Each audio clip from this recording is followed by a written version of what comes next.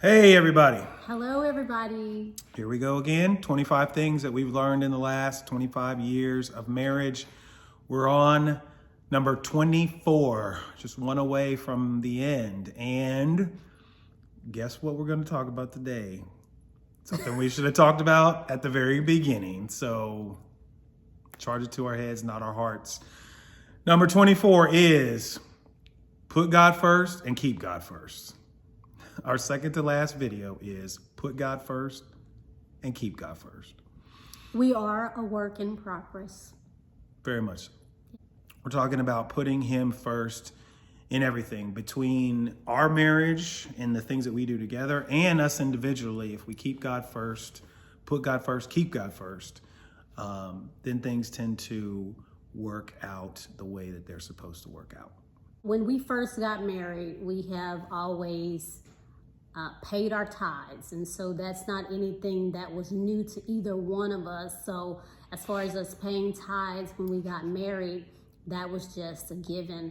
I remember when our son was getting ready to go to college, Trent and I, we got houses. And that money was going to pay for our kids going to school. But that was back when the market kind of did the weird thing. And so anyways, that didn't work out. So when our son was getting ready to go to college, we talked to a financial person about, making sure that we had the funds for him to go to school. We don't believe that that's something that our kids should have to pay for. So anyways, this financial person told us that we had the money. We just needed to stop paying tithes. And that would be a no.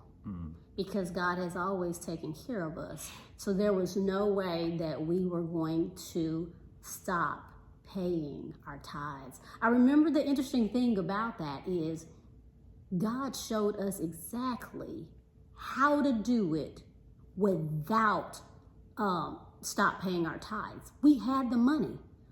He just showed us how to do it differently. And it just all worked out. I was amazed at how it was always there and we didn't realize it. Yep. So month to month, semester to semester, we just cash flowed it and God was there every single step of the way. Never missing a tithe, but always having exactly what we needed when we kept Him first. Right. So no college debt, but just the ability to pay for college in real time, just absolutely amazing considering what college costs nowadays. So individually, starting your day, I know many of you guys are trying to figure out, how do I spend more time with God? How can I make sure that I spend time with God?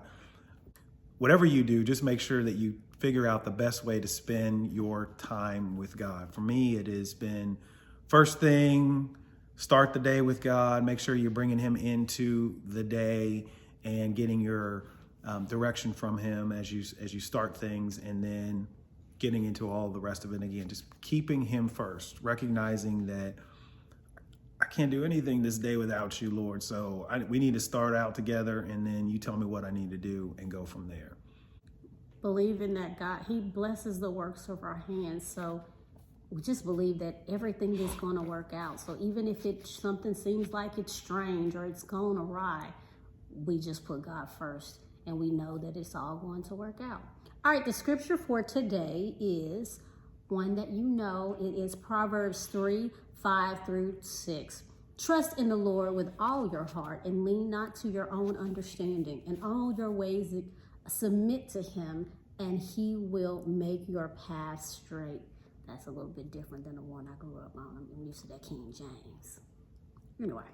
So making sure, again, trust in the Lord with all your, it's like whenever there's a decision, people are like, well, I don't have time to ask God what to do. You will be surprised how quickly God will get back to you with an answer as far as what you should do if you bring Him in to the conversation and the discussion. A lot of times we'll have a decision we're trying to make, and it's like, let's bring it to God. Let's see what happens.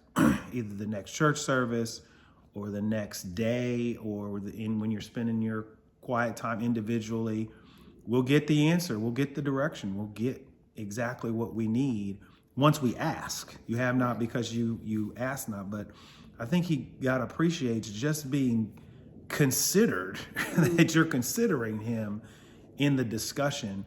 You're taking time to get his counsel on things. As we sit here, I'm looking at Proverbs 3:7, and it says, the part A says, do not be wise in your own eyes.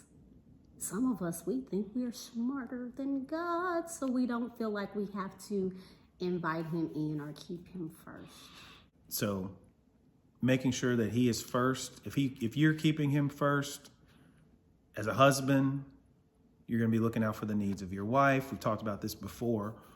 And so her needs will go met. If she's keeping God first in her life, she's going to be making sure that she's taking care of you. So your needs will be met and nobody's lacking. Nobody's going without. Right. That was number 24. Still can't believe it.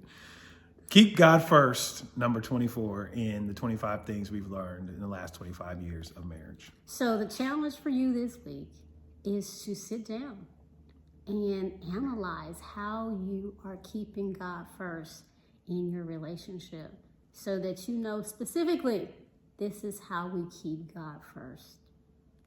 Okay. All right. Y'all be blessed. See you for the last one next week. Have a blessed week. All right. Bye-bye.